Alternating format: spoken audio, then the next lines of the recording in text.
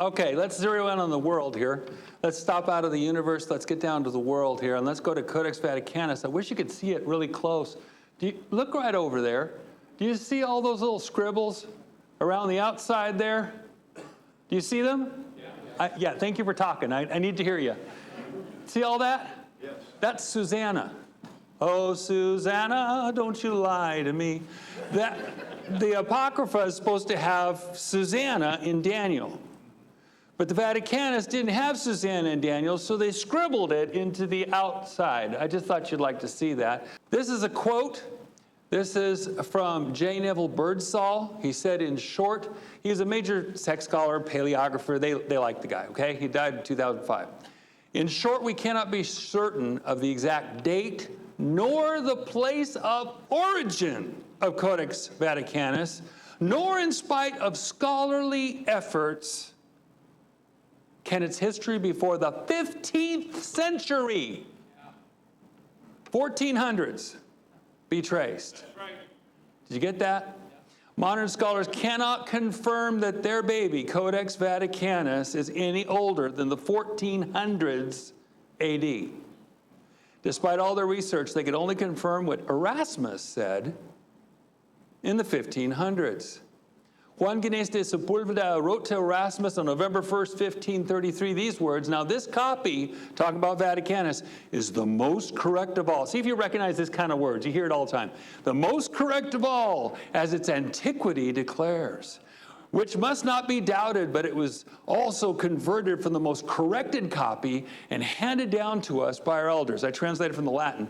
Right there. And Erasmus wrote back to Juan Ginés de Sepúlveda on February 17, 1534, quod scribiste code Greco, quod not. What you write about he wrote it in Latin, okay? It was just a joke, okay? He wrote it in Latin. He didn't write it in English. What you write about the Greek Codex, which you have found in the Pontifical Library, so much agrees with the Vulgate. That's Latin. The Vulgate edition. See that you do not take vain effort. In other words, don't waste your time, buddy. For it is certain that when the Greeks entered into league with the Roman Church, this also was included in the articles. You'll find out about that in a second. That the Greek codices, especially the Gospels, should be corrected to the Roman reading. That's the Catholic Latin Vulgate. The Council of Florence he's talking about. That's 1535 to 1545. During that time, the Catholic Church played the can't we all just get along kind of thing. And they were getting together with the Greek Orthodox and trying to make, one world religion. Yeah. There was an attempt to unite the Eastern Orthodox Church there. Rome wanted to Latinize then the Greek texts, and they wrote about that. And Erasmus was like going, yeah, whatever. And so Sepúlveda sent him 365 readings from Vaticanus, and he's going, dude, you just took it from the Vulgate. So Vaticanus has Latin readings. Did you know that? Latin spellings. Didn't use the Greek spellings. They actually lose them right out of the Latin Vulgate and then Greekized them. I thought you'd like that. Interesting. And then February 17, 1534, he continued, wherefore from this codex there is nothing that you can judge. But the readings of the Greeks is to be sought from the Greek authors. Duh. Athanasius, Basil, Origen, Chrysostom, Nazianzen, Cyril. So the Vaticanus to Erasmus was nothing but a Greek text adapted to the Roman Catholic Latin Vulgate. In the, say it with me, 1400s. Without any value as a better ancient text at all. My source said Sepúlveda wrote to Erasmus November 1st, 1534, but it said that Erasmus answered Juan Ginés de Sepúlveda on February 17th, 1534, 8 months before. How does that work? Well, something's wrong here. And this is what it's like when you're doing research. You're going through and going, well, now, typically, you answer a question after it's asked, right? So this is where I got it from, right here. Got Chris Thomas. And he got this whole article here, and he got his info from right there. And you can't see it, but that's Thomas Hartwell Horn. He has a book that he wrote in 1856, so I got the book. And guess what? Chris Thomas copied all the dates correctly, so that was right. However, that one too, but they're wrong. They're impossible dates. I'll get to that. And so this 1856 book here was supposed to copy this book from 1780. And that's the writings of Sepulveda. That's volume 3 right there of Sepulveda's works. So I got the book, and this is what I do when I'm doing research. I made bookmarks, did the OCR, the whole thing, that's optical character recognition, so that you can search all the books, and then I added an index right there. That's all in Latin, but it helps if you're looking for Latin words, you search by Latin, it works. And then I found the place where Erasmus's notes were and letters were, and then I checked them, and it turned out that 1856 book copied all the dates wrong. Well, all but one, okay? So I'll show you. Letter 1 was 1532, not 1522. Letter 2, August 16, 1532, not 1522. Letter 3 was 1532, not 1522. And then he got a changeover in letter 4. It was November 1, 1533, not 1532. So it's only off by 1 year. And then finally, letter 5 was correct. Yay, give him that one. February 17, 1534 was correct. But letter 7 was July 2nd, 1534, not June 0th. How do you get June 0th? This is how it works. In the Latin, it says it's the 5th before the nonus of June. That's an impossible date, and I'll tell you why. The nonus is 8 days before the Ides, and you're going, okay, so what's the Ides? The Ides is the 15th on 31-day months, and the 13th on all the other months. So the 30-day months and the 28-day months, it's only the 13th. So if you have June has only how many days? 30. So if you go to the Ides, then you're at the 13th. And if you take away 8, you end up with 5. And you take away 5 from 5, and you end up with 0. That's how you know when you're reading your source that maybe there's something wrong there. June had to be wrong.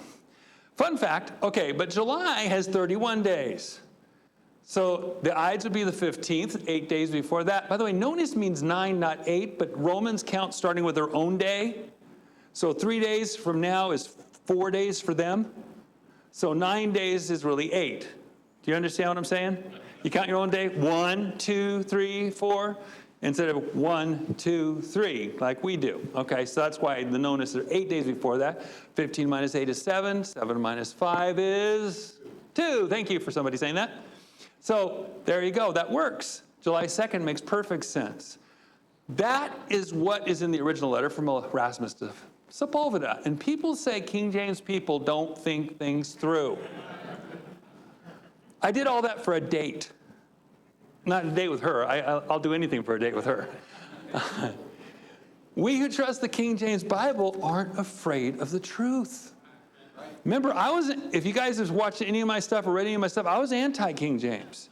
It was because I was challenged and I checked it and found out that it was right and I was wrong that I came to the King James in the first place. So we who trust the King James aren't afraid of the truth, but they won't even do chemical tests on their own manuscripts. Dude. So even modern scholars admit the Vaticanus only has known history starting in the 1400s. And a 1400s document has nothing, I agree with Erasmus, nothing to do with your Christian faith. What about Sinaiticus? Did you like that for a quick overview of Vaticanus there? Okay, let's go to Sinaiticus. Let's go back to the universe. Let's pull down a round earth. And then we'll go right here to the Codex. What, did I say something? Right over here, you see this? This is the one you pay. Now, it used to be $500, now it's $1,000 to get a Sinaiticus like this. And if you look, you see Sinaiticus. You call it what you want. I just use the British Library term. They say Sinaiticus. So you can pick your own way. Now look over here. My goodness, you got the white around the edges. You got the notes down. You got the choir number, and not the singing group, but the group of 16 pages. And then you got the folio number. That's when you have a big sheet like this and you fold it like this. This is called a sheet. You fold it and you now have 2 folia, leaves. And they have 2 pages on each. So they have 1 sheet, 2 folia, 4 pages. A quire is 16 pages. It's 4 folded sheets. Okay, so you have the quires and the folia and the page number, whether it's recto in the front, verso in the back.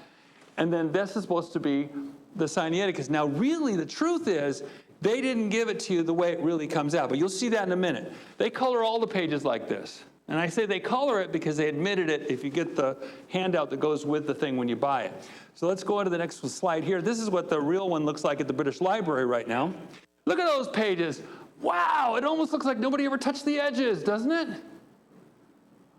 You ever seen an ancient book? Tomorrow I'll show you some Alexandrinus. You'll see what the edges of a real ancient book look like. But anyway, let's go quickly here. Codex Sinaiticus, December 24th, 1933, it came in. I want you to see, does this look like a really ancient book here, the way these guys are handing it? This is right off the film from the BBC. I did these screenshots myself. Looks like he's handing a newspaper, doesn't it? Check that out, man. Just take a look at that. Take a look at that. Okay. Just hands all over it, blah, blah, blah. You do that if you did that with the Alexandrinus, and you push your fingers on it, the letters will come off on your thumb. Because it actually is old. Because it follows, I don't know, the law of nature, that things decay when they're old. So either this doesn't follow the law of nature, they actually rewrote what papyrus does over time because of Sinaiticus and Vaticanus. Did you know that? They literally said, well, it must be wrong, instead of going, you're kidding me, this ain't old. Because science. We learn a lot about trusting the science lately. Okay, so look at that thing. Flip, flip, flip.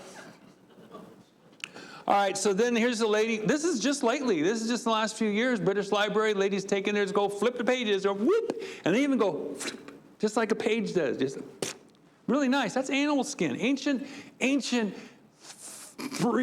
AD animal skin. I can't say that without laughing. So there's the Sinaiticus for you. But that is what it looks like if you look at the high-quality photographs. I have every single high-quality photograph of Sinaiticus from them, their equipment. Big rooms full of big old computers and cameras and lighting and action and all that stuff. They did all that for and that's right there. That's what page, Quire 46, Folio 8, Versos. That's the left side of the page. That's all those letters, what they mean. And on there's the right side of the page. Now let's say it again. Left side of the page, right side of the page, left side of the page, right side of the page. They look identical, don't they?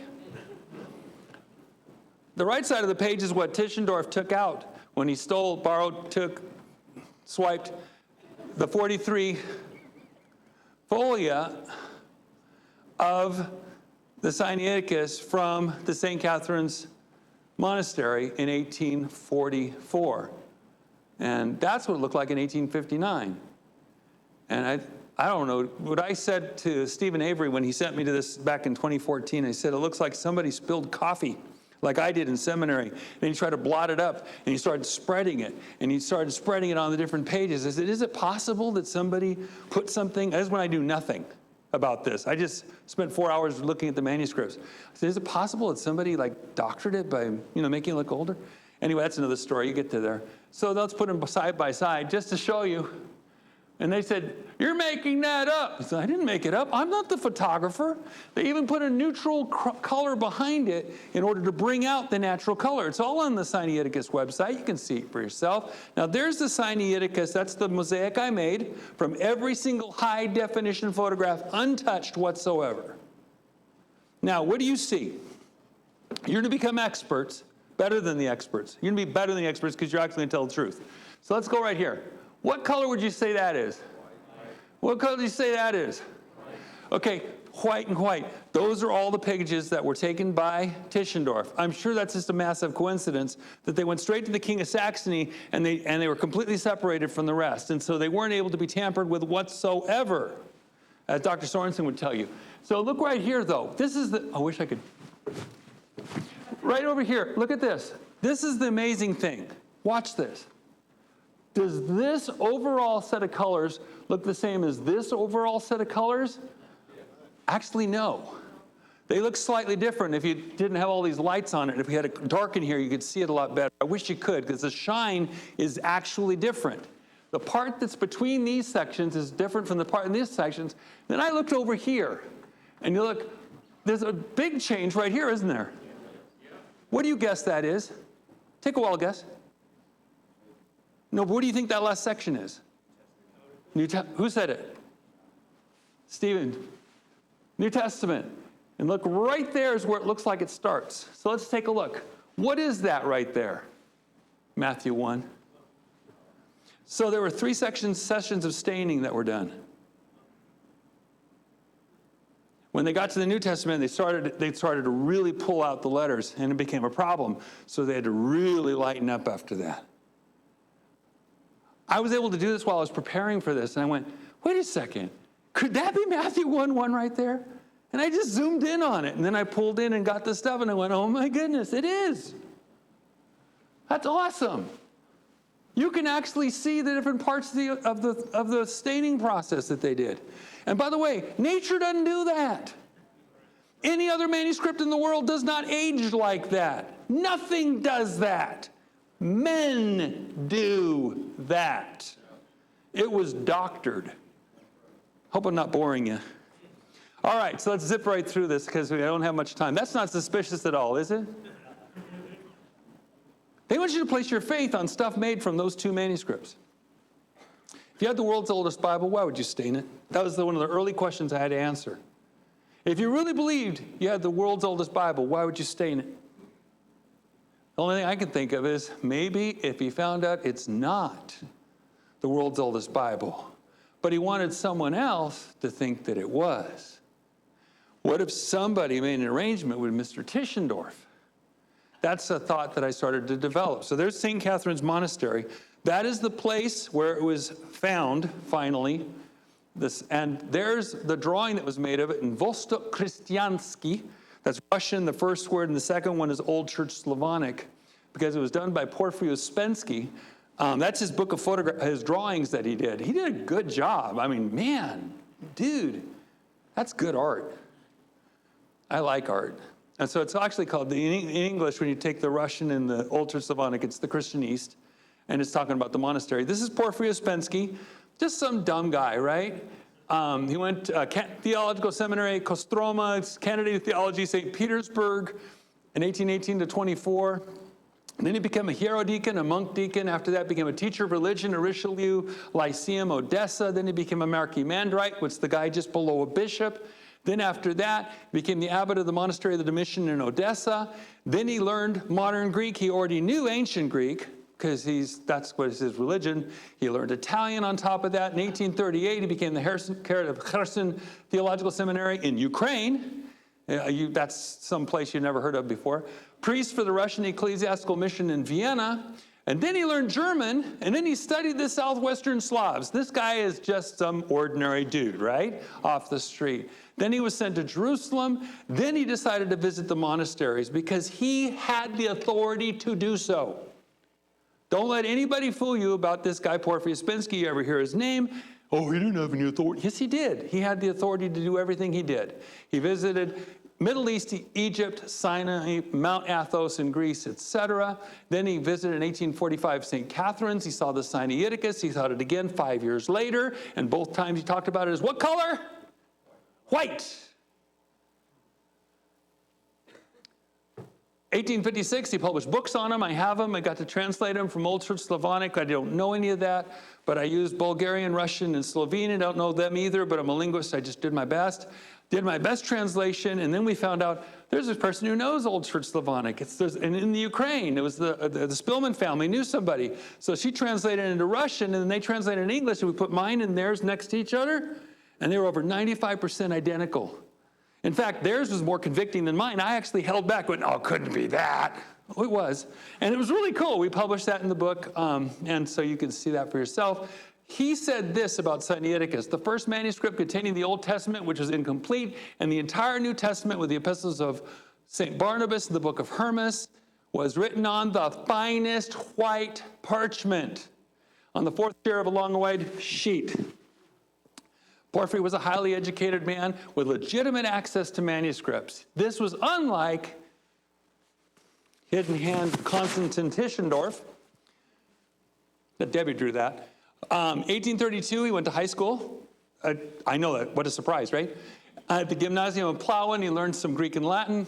After that, he went to the University of Leipzig, 1834. Then the next year, his dad died. He didn't have the greatest relationship with his dad. He really loved his mom. Next year, his mom died.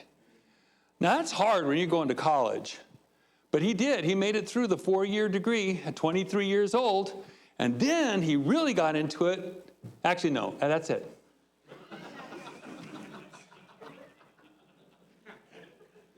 Every accomplishment that he was so full of all came from his little Bible college education, as it were, and his high school. That's it. All the degrees, all the accolades, everything that's laid on top of him was all, well, if you planted it in your garden, you could get the most beautiful roses.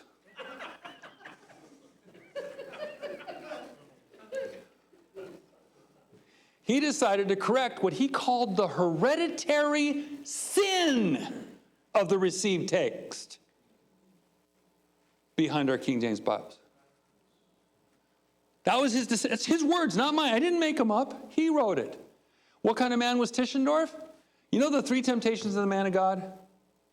The gold, the girls, and the glory? Riches, relationships, and reputation? Okay, well, as far as the girls, he got the girl. He got the pastor's daughter, a Lutheran pastor's daughter. As far as he wanted the glory. He always wanted the glory. You'll see that in a second. And he wanted the gold, but he never really got it. Though Brother Sorensen and Brother Bill Cooper talked about some of the things he got. He got some money early on, but he never got what he wanted. It was always like just beyond his reach. He wrote about that. It was kind of cool. All right, so he wanted to be the first to transcribe Vaticanus because Alexandrinus was already done.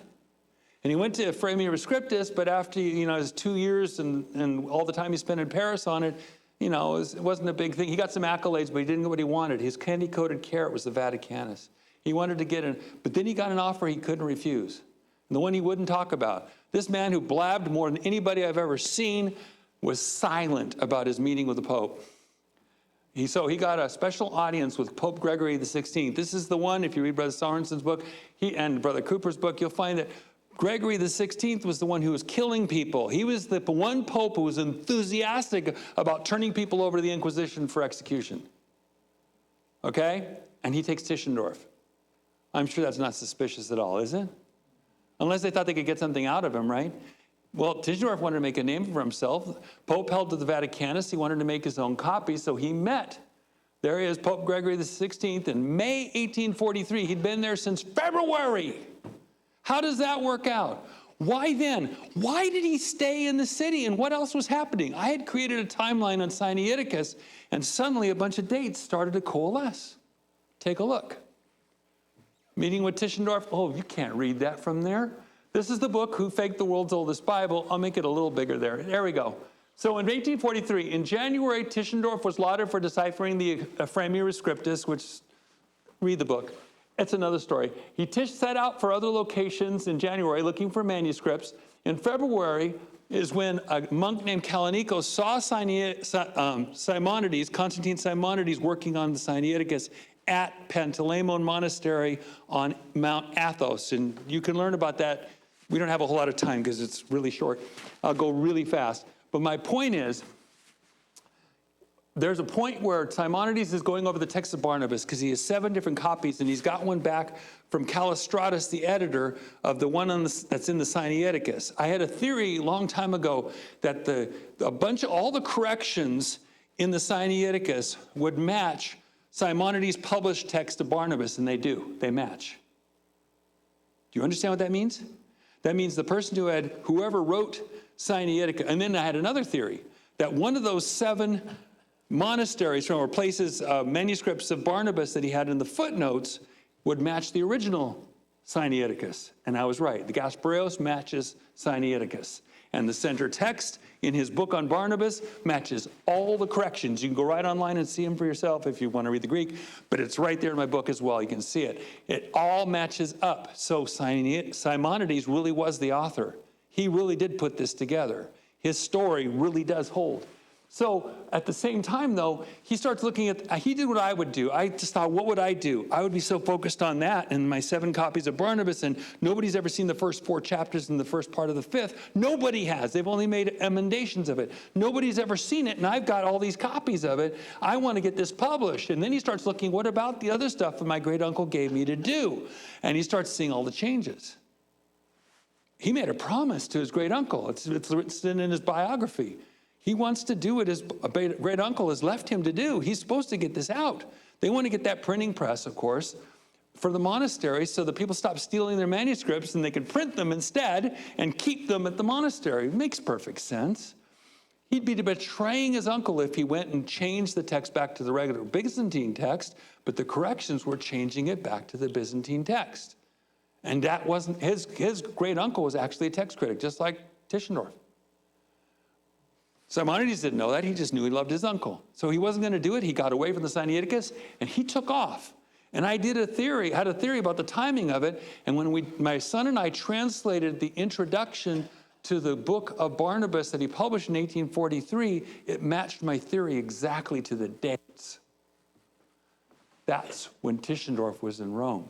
And that's when they said, the Pope will now see you. So, what happened? In short, boom, manuscript goes down to Cairo, then down to St. Catherine's Monastery. Boom, Simonides comes out of Mount Athos and either takes a ship over here to Chios and to Smyrna, or else he goes around this way. But either way, he's going to get it published because he has his friend Vaticanus, part of a huge shipping magnate family, to get his book published. The book goes down there, and then what else happens? Whoever found out about it at Mount Athos, whatever spy was there, probably a Jesuit, which makes sense, went straight to the Pope, to Cardinal Mai, and then went to the Pope, reported on what was going on, and immediately, in the same timeline that I created, told them, talk to Tischendorf. And then the guy says, now remember, don't say anything about Vaticanus. Take a guy and his whole life is wrapped around it. Of course he did. And the Pope said, and this Pope who killed people is sitting in his relaxed clothes. That's what that drawing was.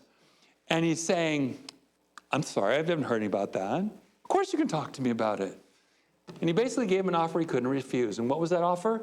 There's this book down there that's down in St. Catherine's Monastery. And if you get that book for me, I'll let you see Vaticanus. Get the candy-coated carrot there? Do you understand how motivated the man was?